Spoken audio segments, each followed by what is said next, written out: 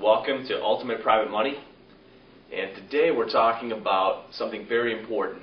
You see, it's very easy to focus on what you should be doing when raising private money, working with investors. I found in my business that it's equally as important to know what not to do. So today we're going to talk a little bit about how to not blow up a private money deal. A lot of times we find ourselves in situations where private investors are ready to write the check.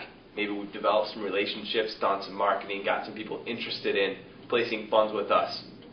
And at this point, it's a very critical juncture. You want to move from A to B to C with good continuity with an investor. You don't want any herky-jerkiness there.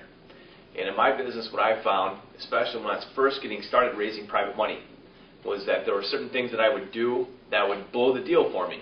Now, I went through a lot of trials and tribulations before I got a good system down pat.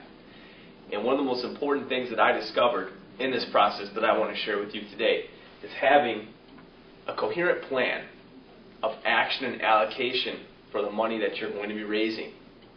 Now, whether you want to pick the route that I suggest and put the capital together in a good plan and then go after the deals, or you want to go the more traditional route, locate deals and then try to get them funded, no matter what, you still have to have an intelligent plan to allocate those funds.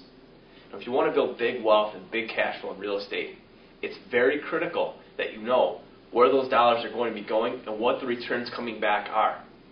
A good business plan can overcome a lot of this for you, but it's the execution of that plan and it's the communication of how you're going to execute that plan that's very important. So to instill the right level of confidence in your private investors, you need to have a coherent plan of action for where that money is going to come into and how it's going to get dispersed, what the timing of that's going to be, and what the returns are going to be. You see, investors are very focused on returns, but remember, they're not financial robots. They don't think only in terms of numbers and dollars and cents. They want to know about you, and they want to know if you've thought through some of the various scenarios that could happen once they place those funds with you. If you're going to a family member or friend for an investment, it's just as important to know this as if you're going to somebody that you just met through your private money marketing efforts.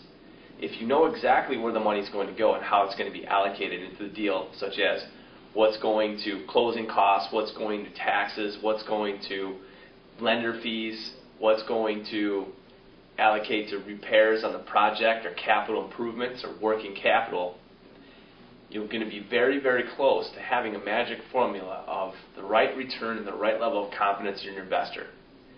So a great way to blow up a private money deal is to not have a plan, is to not know things when you're asked questions such as, where is this money going and when? Now, it sounds very simple, but spending a few minutes or a few hours with a spreadsheet or just with some paper and a pen, mapping out where the money is going to go, maybe working with your attorney or working with your accountant, is going to go a long way toward preventing private investors from getting up from the table and not wanting to invest with you.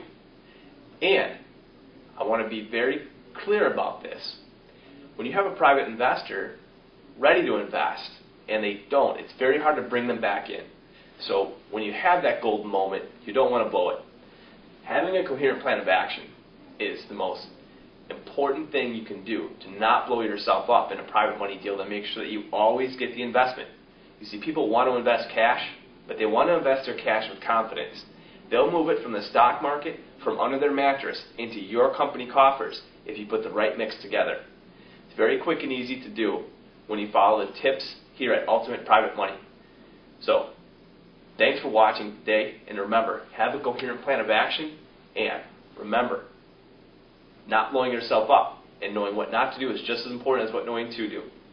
We'll see you next time.